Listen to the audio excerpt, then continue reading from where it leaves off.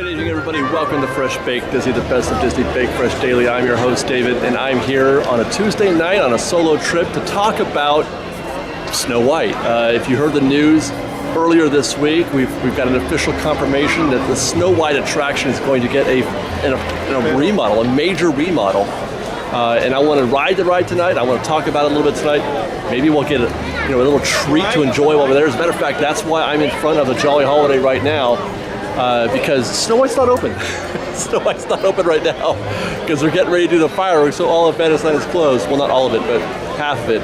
I'm going to go in here and get a hot chocolate and maybe find a churro or something to enjoy this snack and start our evening in style. In Fantasyland, and the fireworks have just wrapped. They still haven't opened up Fantasyland A yet, so I thought I would take my tasty treats over to the Casey Jr. seating area. Right out here in front of Casey Jr. Got my hot chocolate, which is perfect on this cold winter evening. And I got myself a little treat. It's a snowman sugar cookie. I know it's pretty basic, but I'm a basic guy. You know, they may be basic. They're still delicious. Chocolate. Fresh Baked, how do you like your hot chocolate? I was on the train today doing a live stream, and some of the guests on the train were doing a hot chocolate song from Polar Express, and that made me very, very happy inside. But there's different ways of enjoying hot chocolate, right? You can make your hot chocolate with milk. You can make your hot chocolate with water. You can get, I forget what they call it. Is it abuelita, which is kind of like a hot chocolate, but a Mexican hot chocolate? You know what I discovered recently, just a few years ago, was hot chocolate with a peppermint stick in it. Now, I'm eating my cookie. I'm sure you're saying, Dave, everybody knows about that. I didn't. I didn't know about that, but it's delicious. Now if you go milk, do you nuke it, or do you boil the milk on the stove? Do you boil the water, or do you nuke the water? I don't think I've enjoyed a sugar cookie as much as I'm enjoying this one, ever. Just putting that out there. All right, what about marshmallows? Big marshmallows, little marshmallows, no marshmallows at all? Do you let the marshmallows melt and then let it dissolve into the hot chocolate? Or do you sort of try to ingest the marshmallow while you're drinking the hot chocolate, which is, by the way, can be tricky business because they don't always just go down with the hot chocolate, if you know what I'm saying. I've often said, and I'm reminded again as I enjoy what's left of my cookie, that's all that's left in my hot chocolate. Never underestimate the joy and pleasure of doing practically nothing at Disneyland. I'm sitting here out in front of Casey Jr., waiting for Fantasyland A to open up. Ropes are still up, so I can ride Snow White and so we can talk about it. And we'll get to it. But while I'm doing that, while I'm waiting, I'm enjoying this treat and listening to the music from Dumbo, which you can hear. Listening to the guests. I'm saying hello to fans as they walk by. A lot of Muffin love tonight. Never underestimate the happiness that you'll have at Disneyland by just sitting down and doing nothing. And I know, as I will acknowledge this every time, it's hard to resist that feeling that you need to get in more day because you're not here as often as I am, so it's easy for me to say this. Just try it. Just try it every now and then, maybe once or twice a day. Stop and do nothing. By the way, if you have the plan to try to ninja a ride on Peter Pan after they open Fantasyland, after it's been closed because of the fireworks, understand that there's going to be a huge queue waiting for you, even though it looks empty. They fill up the Village House seating area or Red Rose Tavern seating area with guests. That's a queue. That's a queue for Peter Pan. It's fantastic. There's so much confusion going on right now for the folks who are just, they're kind of hanging around here. If you're trying to do Toads or Pinocchio or Snow White, no big deal. That's going to be a walk-on. But if you're trying to do Peter Pan, you've got to negotiate that queue after the land opens again. It's pretty comical. You think you're saving time, but you're still, you get here, you still have to get through that line. Fresh Baked, let us in. The first thing we're going to do, I I mean, we got to start with a ride on Snow White, right? By the way, Snow White at night is fantastic because you get the cool lighting effects that you don't get during the day. It's pretty fantastic. Let's go ride Snow White, and then we're going to talk about Snow White. Isn't this fun?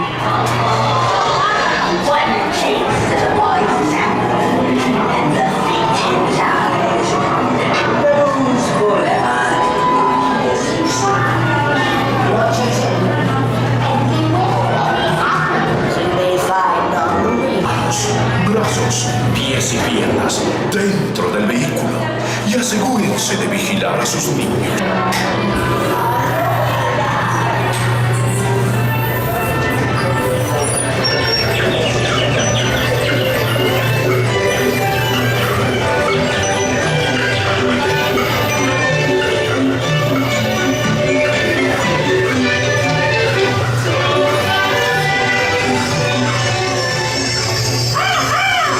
Dwarfs can't hide Snow White from me.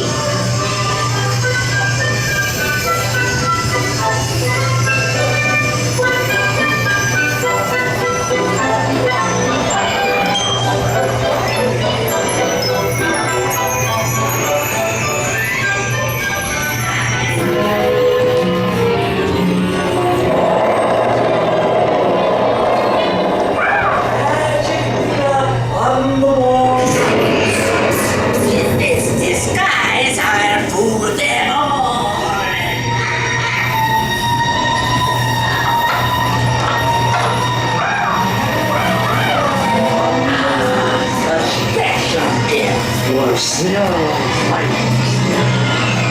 Apples, apples.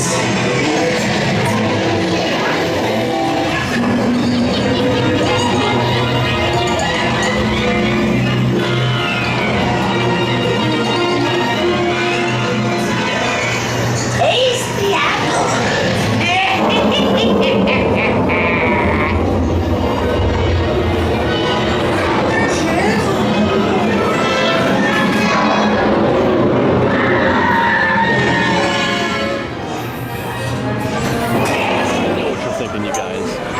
Right? Like, what are they supposed to do to make that better?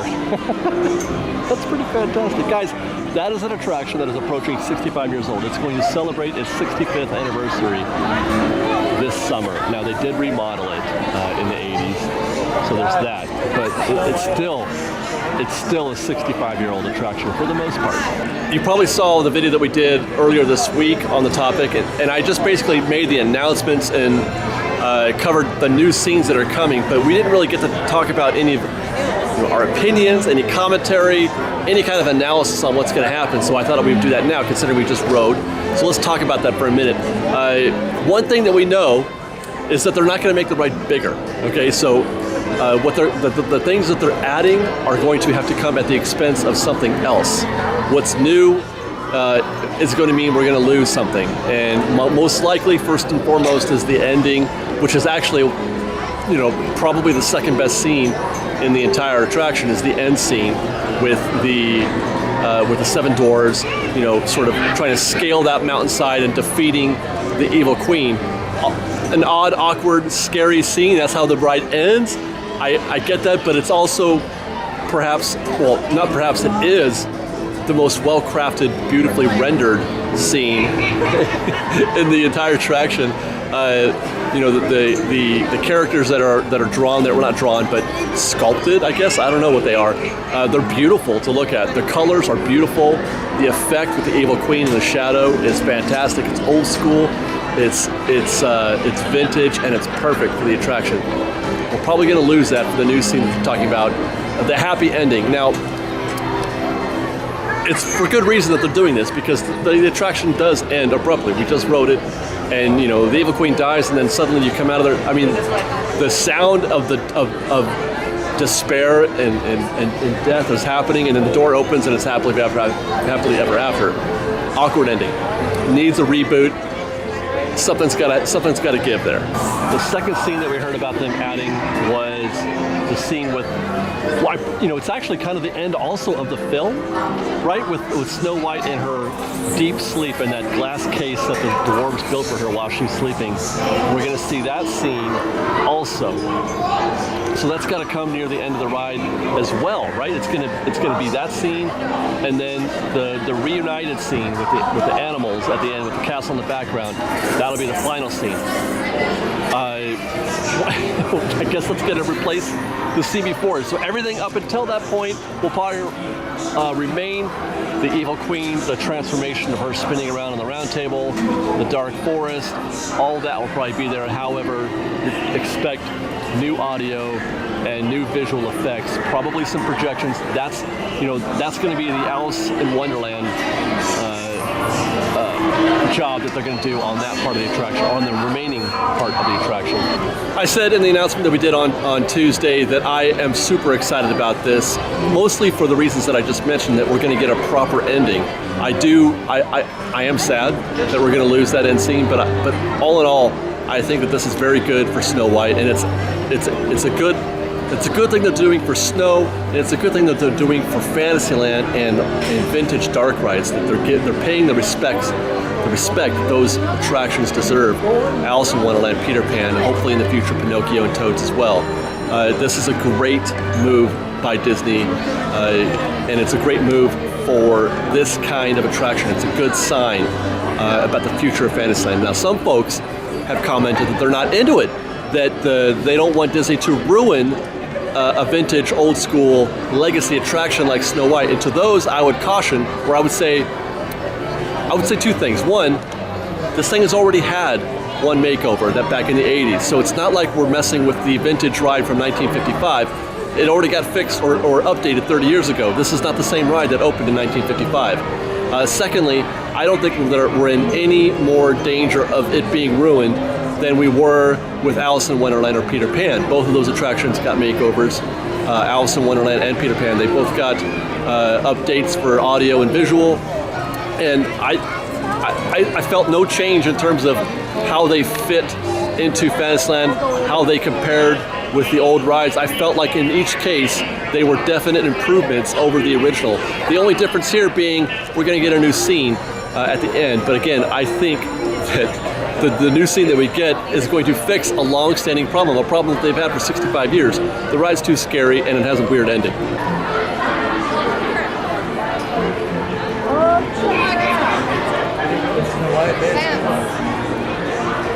One other thing that the announcement from Disney mentioned was that the Snow White facade, the exterior of the attraction would be getting a bit of a facelift. Now, not a complete makeover, I don't think. It didn't say anything extensive.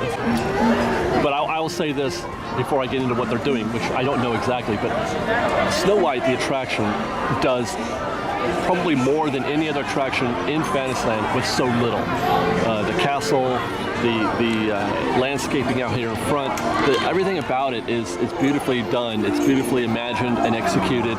This is perfection when it comes to getting a lot out of a little. This is perfect. I love the Snow White exterior.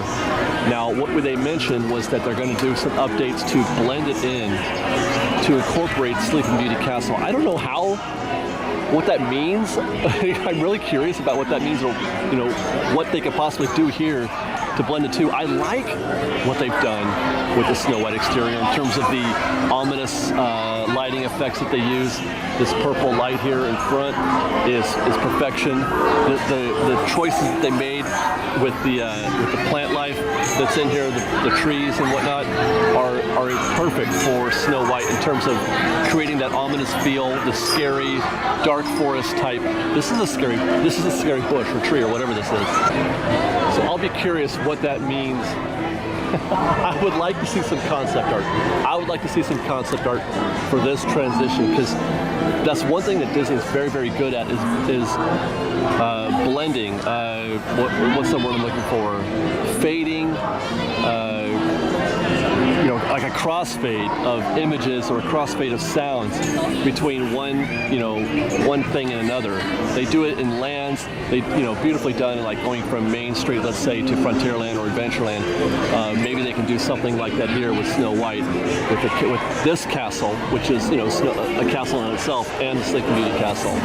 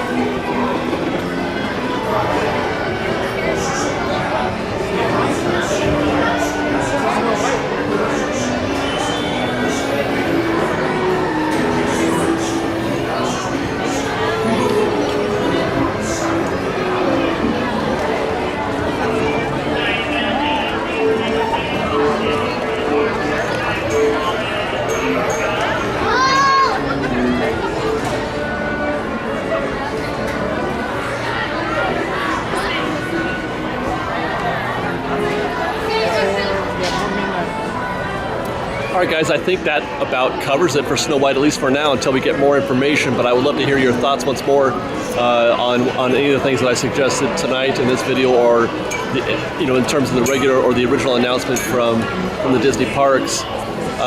What do you guys think? I mean, are you looking forward to this? And what does this mean for you in terms of the rest of Fantasyland? Mr. Toad's and Pinocchio, and then who knows what else. I mean, we're talking about the futures also of Casey Jr. and Storybook Land.